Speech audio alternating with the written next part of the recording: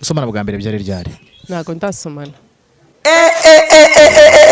Uranyumvira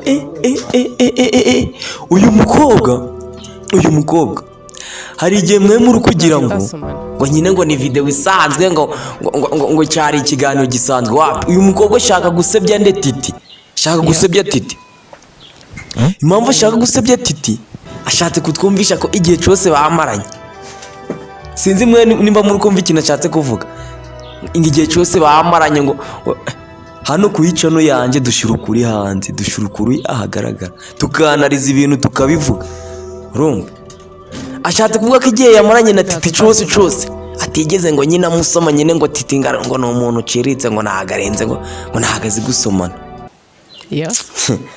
Uramusebe umva ka kantu neza. Usomana bwa mbere byari ryari? Ntago ndasomana. Ngo nahagara asomana bro. Ngo nahagara asomana nyine ngo ubwo ngo ntago. Man mwagiye muri kizoboro. Ntago ndasomana. Ngo ntago nyine ngo wapi ngo wararenze ngo ntago yasomana. Nyine ashatse gusebya Titi nyine aravuze ati Titi wapi nageze nsoma. Yeah. Titi nawe ugira ikintu bivugaho ari gukomeza kugusebya. Nimba umuntu mwaratanye yabikwama nyine. Nimba waranamubomoye cyaho gakora iki? Areka kareka kwigira umuntu urumva ushaka kugaragaza ko nta kintu nyine wakoze. Je ndanarije mbisize hanze urumva. Pana ibintu byo kuje imbere ya kamera mukavuga ngo wapi ngo ndasomana. Hari icyo ushaka kugaragaza we. Wisebye umuhungu bro, wisebye umuhungu.